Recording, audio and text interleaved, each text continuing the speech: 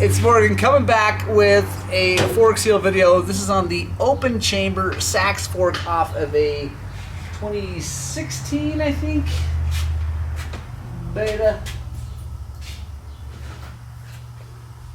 Yeah, I'm gonna call it a 16. I'm pretty sure it's a 16 beta 500 RS. So Sachs fork, open chamber, let's do it.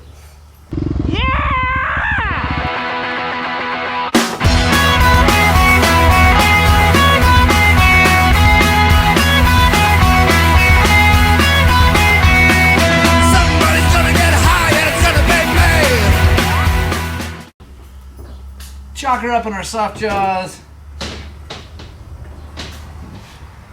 Take the cap off. Actually, before I go ahead and get that off, I forgot.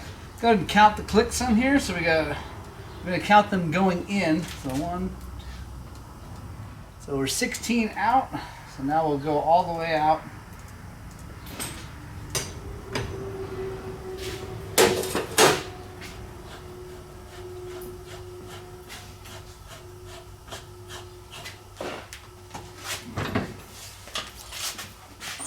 Now, slide that apart. We're going to get a wrench that will go on this nut that's inside here.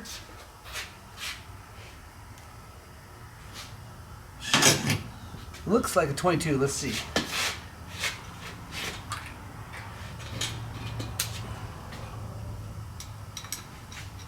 Nope.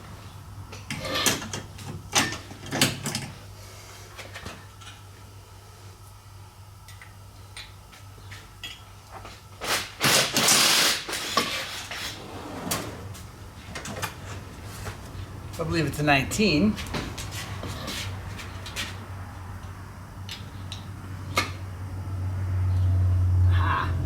It is, but it's thin. Alright guys, I'm going to show you something. So, I don't have a thin 19. Actually, I have a thin 19. It's out in my van, but I want to leave it in the van where it lives. And I guess I need to have a thin 19 now. I've got other ones I've ground down. We're going to grind this one down.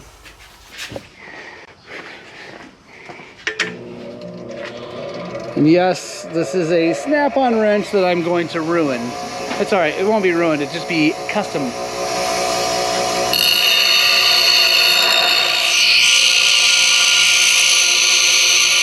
Alright, custom blued. Let's see if we got it thin enough. Oh yeah, like a glove.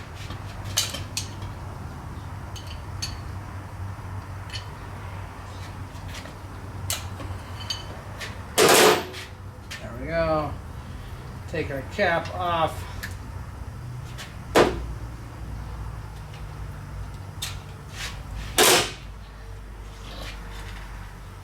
Spring out and down. Now we're gonna go flip her over, dump her out in our tub right here.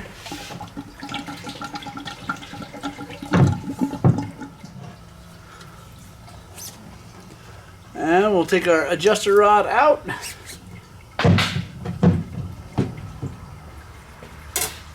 That down there.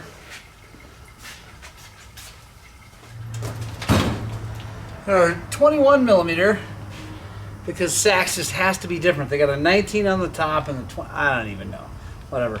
But we're gonna take our base out. Gonna count our clicks here in.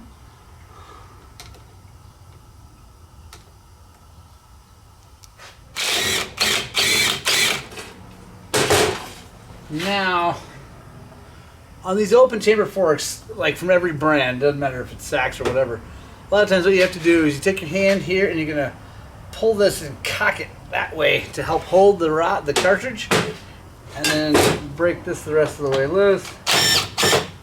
There we go.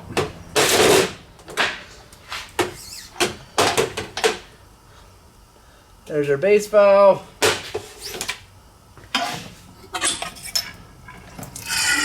Take our cartridge, set it down, let it drain in our tub.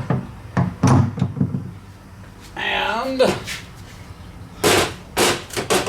now we're going to deal with the seals. Like all these other ones, we're going to take a flat blade. We're going to come in here between the seal and the fork tube. Like that. And just twist. There we go.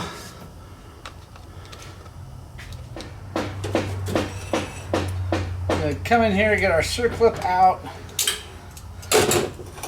And we're gonna slide hammer her apart. And take a good look at all our bushings, make sure everything looks good. This gentleman provided me with the parts, and it only has like 40 hours on the suspension settle since the last service, so it's all good. Bushings look great, just like you'd think they would. Seals actually look good too, but I'm not going to take apart suspension with 40 hours on it and not put new seals on it. So now I'm going to clean these things up, and we'll come back. Going to put a crosshatch in this, but yeah, I'll be right back.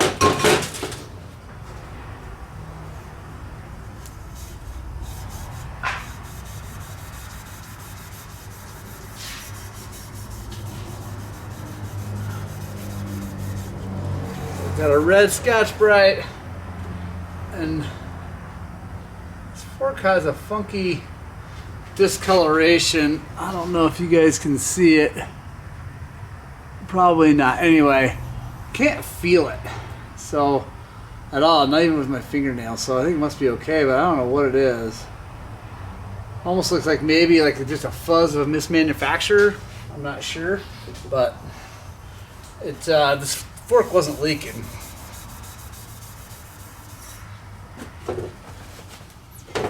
All right, we're gonna take our seal bullet, just a tiny bit of grease on the seals so they slide nice. Go dust seal, circlip, oil seal. Take our washer, outer bushing, inner bushing, and we're going to come back together here. 48mm fork seal driver. We always start by driving the bushing in the washer first, so that you're not driving the seal against that as it goes in. You can damage the seal that way. So you always want to drive that first, make sure it finds its home. Then we come in and do the seal.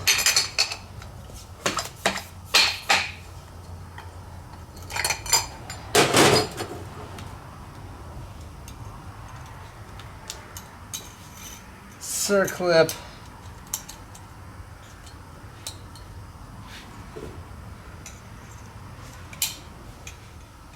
And if you're doing like I just did with the screwdriver and you're putting that circlip in, just be very careful not to dig it in and hit the seal. That'd be obviously bad.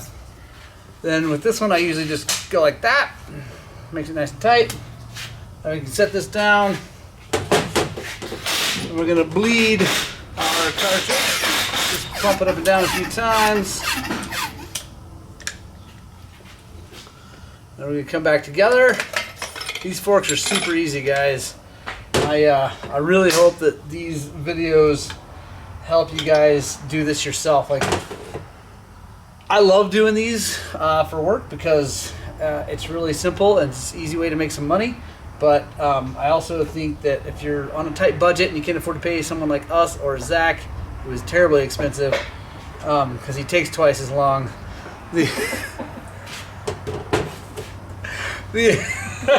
then you need to learn how to do it yourself. Oh, I'm gonna get hit in the face today. So, oh, we're so close to 10,000 subscribers and the octagon. It's gonna be awesome. Take our base, put that in there, and you just want to get in there and start it by hand, just like everything on your motorcycle. Start it by hand so you don't cross or anything. There we go. We're going to pull our damper rod back out, pull up on it, make sure it's started. Then we're going to do the same thing. We're going to cock it over, impact,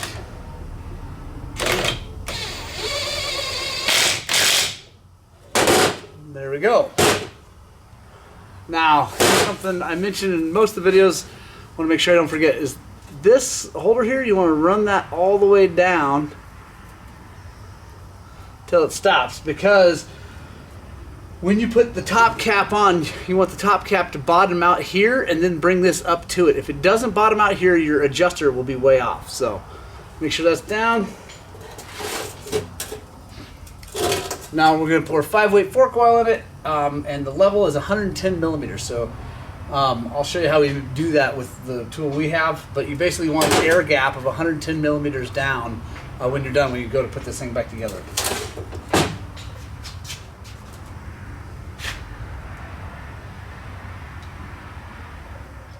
Alright guys, so we just got a bunch of fork oil in there.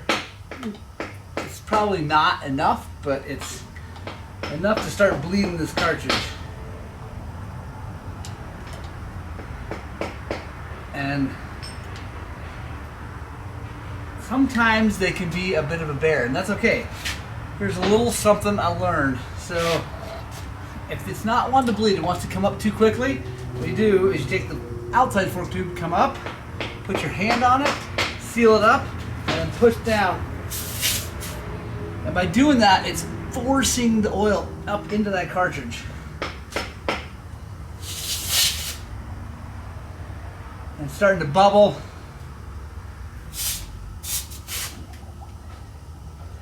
There we go, now we go. Now I'm getting the resistance.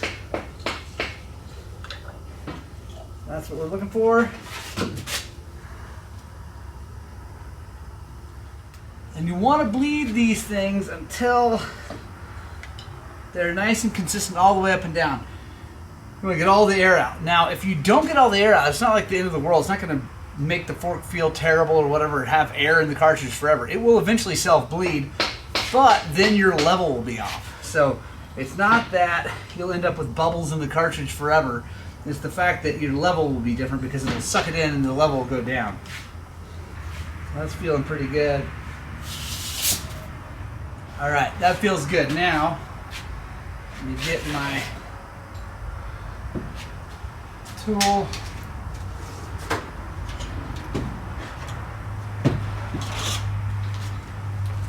So guys, this is a fork oil level tool. It's got graduations on the side. You can see it's set at 110 already. Normally they come with a syringe. You put it in there, you suck it out. But if you got like a mighty vac like this, you can do it with your air hose and make it go faster. There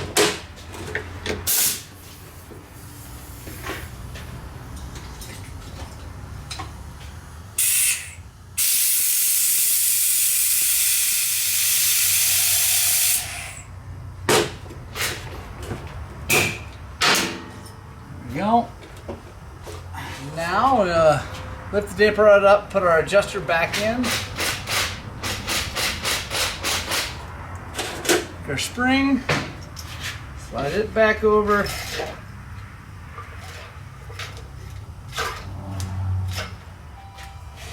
Push down on the spring and start our cap. Hello? What's happening? What up, Flippy? Alright, so spin that cap down until it stops.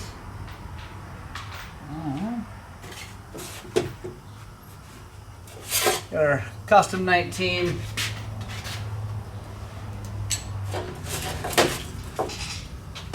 $24 for the top.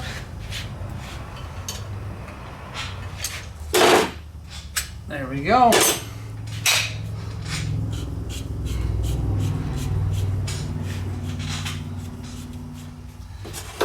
And I've mentioned this before, but on these top caps, I don't know what the actual torque spec is, I can look it up, but the thing is, it's under spring tension from the cartridge, right? And then it's got an O-ring on it, so you do not have to go crazy tightening it down.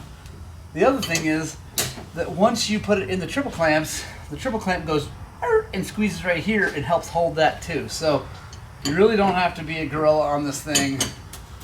Also, don't think you need to really torque it to spec.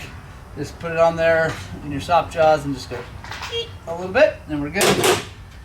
Reinstall the bleeder. reset the clickers, and we'll be good to go. Hey guys, last thing you do, get it all together. You want to push on the fork, make sure everything moves like it's supposed to move, and we're good to go.